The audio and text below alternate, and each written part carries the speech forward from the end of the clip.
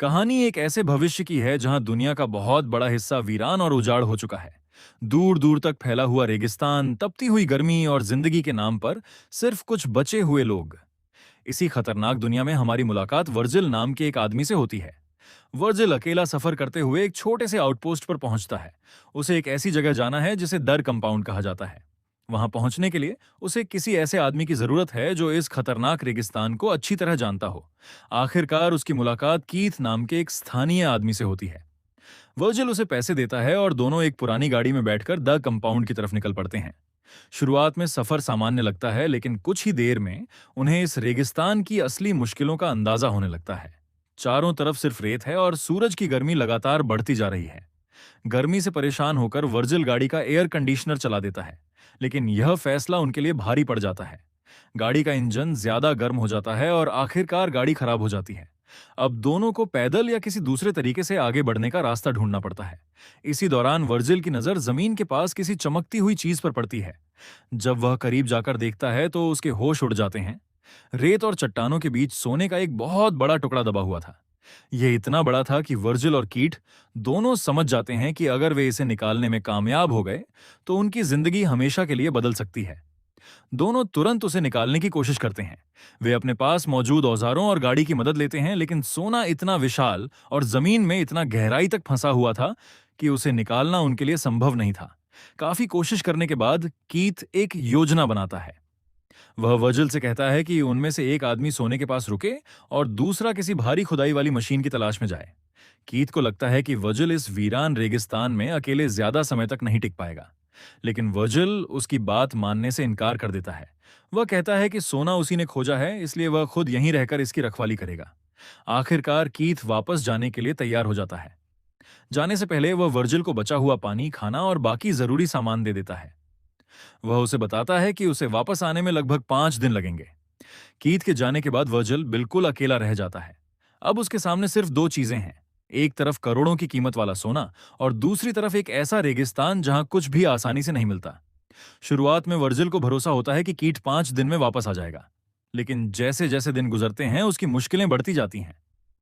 पानी सीमित है, खाना सीमित है, धूप बेहद तेज है और रात में तापमान गिर जाता है। सबसे बड़ा खतरा है जंगली कुत्तों का झुंड, जो रात के समय आसपास घूमता रहता है। वर्जिल उन्हें दूर रखने के लिए आग जलाने का फैसला करता है और लकड़ियां इकट्ठी करने निकलता है। इसी तलाश में उसे एक दुर्घटनाग्रस्त विमान दिखाई देता है। वह विमान के मलबे के पास जाता है और वहां पड़े सामान को देखता है। वर्जिल को एहसास होता है कि विमान के टूटे हुए हिस्से उसके लिए बहुत काम आ सकते हैं। वह कुछ सामान उठाकर अपने कैंप में ले आता है और सोने के बिल्कुल पास अपने लिए एक छोटा सा शेल्टर बनाना शुरू कर देता है। लेकिन रेगिस्तान में अकेले रहने का असर अब उसके दिमाग पर भी पड़ने लगता है। वह हर आवाज से डरने लगता है और उसे लगातार लगता है कि कोई उसके सोने पर नजर रख रहा है। एक दिन उसे अपने पास एक बिच्छू दिखाई देता है। वह उसे मारने के बजाय जाने देता है, लेकिन कुछ समय बाद उसकी मुलाकात एक सांप से होती है। इस बार वर्जिल सांप को मारने की कोशिश करता है। वह अपने छोटे चाकू से उस पर हमला करता है, लेकिन कोशिश के दौरान उसके हाथ से पानी का कंटेनर गिर जाता है। उसका एक दिन का पानी रेत में बह जाता है। ये गलती उसके लिए बहुत भारी पड़ती है। अब उसके पास पहले से भी कम पानी बचा है। दिन गुजरते जाते हैं, लेकिन कीथ वापस नहीं आता। वर्जिल की चिंता अब धीरे धीरे गुस्से और शक में बदलने लगती है। उसे लगने लगता है कि शायद कीथ उसे धोखा देकर सोना अपने कब्जे में लेने वाला है। फिर एक दिन जब वर्जिल विमान के मलबे से कुछ सामान इकट्ठा कर रहा होता है, तभी उसे दूर एक महिला दिखाई देती है। महिला वर्जिल को देखकर रुक जाती है। उसे तुरंत शक हो जाता है कि आखिर यह आदमी इस सुनसान इलाके में अकेला क्या कर रहा है। वह वर्जिल से सवाल करती है और बताती है कि उसे उसके कैंप और पेड़ के पास मौजूद ठिकाने के बारे में भी पता है। वर्जिल उसे वहां से जाने के लिए कहता है, लेकिन महिला उसकी बात नहीं मानती। हालात तेजी से बिगड़ते हैं और आखिरकार वर्जिल अपना आपा खो देता है। वह अपने फावड़े से महिला पर हमला कर देता है और उसकी मौत हो जाती है। अब वर्जिल के सामने एक और बड़ी समस्या है। उसे लाश को छिपाना है। वह जमीन में एक गड्ढा खोदकर महिला को दफना देता है, लेकिन उसकी बनाई हुई कब्र ज्यादा गहरी नहीं होती। अगली रात एक जंगली कुत्ता उस कब्र को खोद देता है। वर्जिल यह देखकर घबरा जाता है। वह महिला के शरीर को वहां से घसीटकर दूर ले जाता है और रात में उसके शरीर को जला देता है। लेकिन अगले ही दिन रेगिस्तान में एक और भयानक मुसीबत आ जाती है। एक जबरदस्त सैंडस्टॉर्म आता है। रेत का तूफान इतना तेज होता है कि वर्जिल का पूरा कैंप तबाह हो जाता है। जिस पेड़ के पास उसने अपना ठिकाना बनाया था वह भी टूटकर गिर जाता है। पेड़ की एक बड़ी शाखा वर्जिल के पेट में घुस जाती है। वह बुरी तरह घायल हो जाता है। किसी तरह वह शाखा को अपने शरीर से निकालता है, लेकिन अब उसके पास न ठीक से पानी है, न खाना और न ही रहने के लिए कोई जगह। तेज धूप और चोट के कारण उसकी हालत लगातार बिगड़ती जाती है। वह कमजोरी से बेहोश हो जाता है। जब उसकी आंखें खुलती हैं तो उसके सामने एक दूसरी महिला खड़ी होती है, जिसके हाथ में क्रॉसबो है। वर्जिल उसे देखकर डर जाता है, लेकिन इससे पहले कि वह कुछ समझ पाता, वह दोबारा बेहोश हो जाता है। बेहोशी की हालत में उसे अजीब अजीब चीजें दिखाई देती हैं। कभी उसे वही बिच्छू दिखाई देता है और कभी वह महिला। जब वर्जिल दोबारा होश में आता है तो वह महिला उसके पास होती है। इस बार वह वर्जिल को नुकसान पहुंचाने के बजाय उसकी मदद करने की कोशिश करती है। वह उसे पानी के एक ठिकाने तक ले जाने और खाना देने की पेशकश करती है।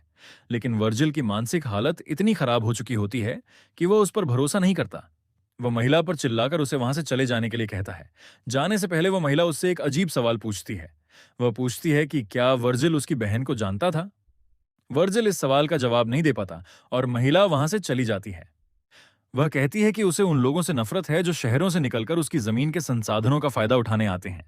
महिला को पूरा यकीन है कि वर्जिल उससे कुछ छिपा रहा है। वह उसके कैंप की तरफ बढ़ने लगती है। वर्जिल भी उसके पीछे जाता है।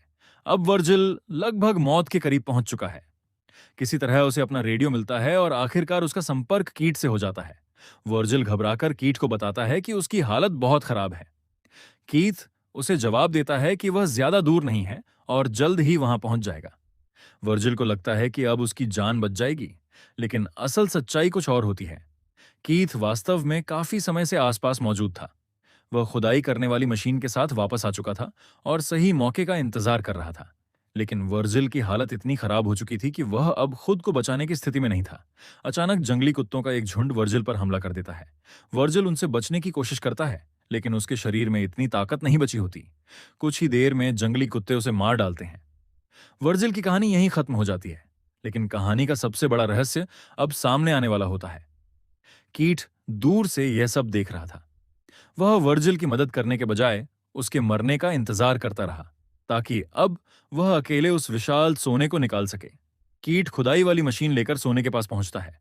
उसे लगता है कि अब यह सोना पूरी तरह उसका है। लेकिन जैसे ही कीट सोना निकालने की तैयारी करता है, अचानक एक तीर उसके सीने में आकर लगता है। कीट जमीन पर गिर जाता है और यहीं फिल्म एक बड़े सवाल के साथ खत्म होती है। आखिर वह तीर चलाने वाला कौन था?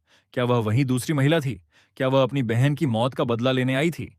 या फिर इस वीरान दुनिया में सोने के पीछे छिपी कहानी अभी पूरी तरह खत्म नहीं हुई थी? फिल्म हमें कोई आसान जवाब नहीं देती, लेकिन पूरी कहानी यह दिखाती है कि इंसान के लिए लालच कितना खतरनाक हो सकता है। वर्जिल ने सोने के लिए अपनी इंसानियत खो दी। कीट ने वर्जिल को मरने के लिए छोड़ दिया और आखिर में वही सोना उनके लिए मौत का कारण बन गया। यानी जिस सोने को दोनों अपनी जिंदगी बदलने का जरिया समझ रहे थे, आखिरकार वही उनकी जिंदगी खत्म करने की वजह बन गया।